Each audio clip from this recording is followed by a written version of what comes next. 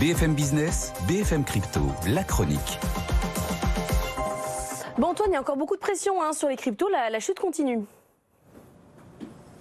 Si on regarde sur un mois, moins 5% pour le Bitcoin qui a du mal à tenir les 26 000 $. L'Ether à peu près stable sur 24 heures, mais moins 4,5% sur un mois.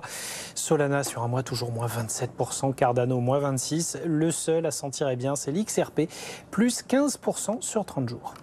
Et on va reparler un peu de Binance. On pourrait peut-être renommer la chronique Binance. On en parle quasiment tous les jours. Là, c'est pour un recrutement étonnant. Voilà.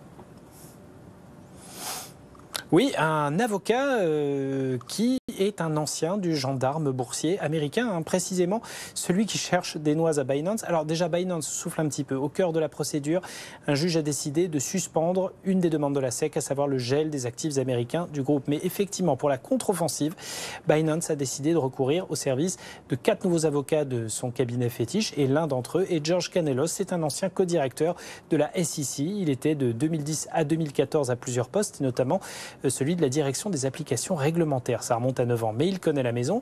Et la stratégie de Binance va reposer sur un axe bien précis, à savoir une demande de mise à l'écart de la procédure de l'actuel patron de la SEC, Gary Gensler, à cause d'un possible conflit d'intérêts. Et oui, Gary Gensler avait eu des contacts rapprochés avec le propre patron de Binance, Changpeng Zhao.